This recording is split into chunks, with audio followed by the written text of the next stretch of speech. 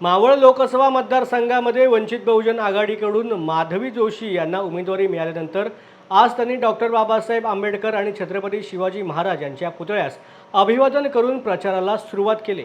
यावेळेला त्यांना लोकांकडून प्रचंड प्रतिसाद मिळत असून कार्यकर्त्यांमध्ये आनंदाचं वातावरण देखील पाहायला मिळतंय। ही लोकसभा निवडणूक आपण जनहितार्थ आणि विकासाच्या मुद्द्यावर लढवणार असल्याचं माधवी जोशी यांनी यावेळेला स्पष्ट केले। तर जनतेला भेडसावणारे प्रश्न, पायाभूत नागरी सुविधा, सेवा हे निर्माण करण्यावरती भर, शिक्षण, आरोग्य, रस्ते, आदिवासी वाड्यापाड्यांचा विकास, दरडग्रस्त पूरग्रस्त गावांचे सुरक्षित ठिकाणी पुनर्वसन करण्याचा मानस असल्याचं त्यांनी सांगितलेलं आहे। जय भीम, जय शिवराय। आज आपण बघत आहोत की फक्त मावळमध्येच नाही पण पूर्ण महाराष्ट्रामध्ये खूप प्रश्न आहेत की जे भेडसावत आहेत सगळ्यांनाच।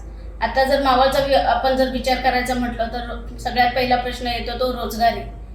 आपल्या इथे भरपूर कंपन्या आहेत पण त्या कंपन्यांचा आपल्याला उपयोग नाही आहे। आपली मुलं एवढी शिकलेली आहेत, उच्च शिक्षित आहेत, पण त्यांचा उपयोग आपल्याला नाही होत आहे, आपल्या मुलांना नाही होत आहे। आपली बेरोजगारी आहे, मुलं आपली चोऱ्या माऱ्या दरोडे याच्या पाठी लागलेले आहेत का? तो नोकऱ्या नाही आहेत। शिकून करायचं काय? डिग्री आहेत, सगळं आहे, फक्त नोकऱ्या नाही आहेत। त्याच्यासाठी आपल्याला एक महत्त्वाचा मुद्दा उचलायचा आहे, तो म्हणजे आपली जी बेरोजगारी आहे ती आपल्याला हटवायची। दुसरा प्रश्न आहे तो महिलांसाठी आहे, महिलांचं आरोग्य। आपल्या एरियामध्ये बघतो आपण की आपल्या इकडे ठाकूरवाड्या, आदिवासी वाड्या, पाडे हे खूप आहेत, डोंगरावरच्या वाड्या हे पण आहेत। त्यांच्या आरोग्याचा प्रश्न कधी सुटला आहे का आपल्याकडे? कधीच नाही।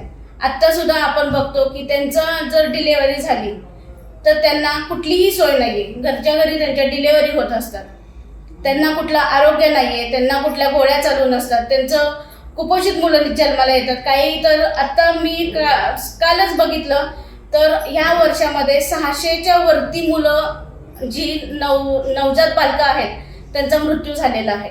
याला जबाबदार कोण? या प्रश्नांकडे लक्ष देणार कोण?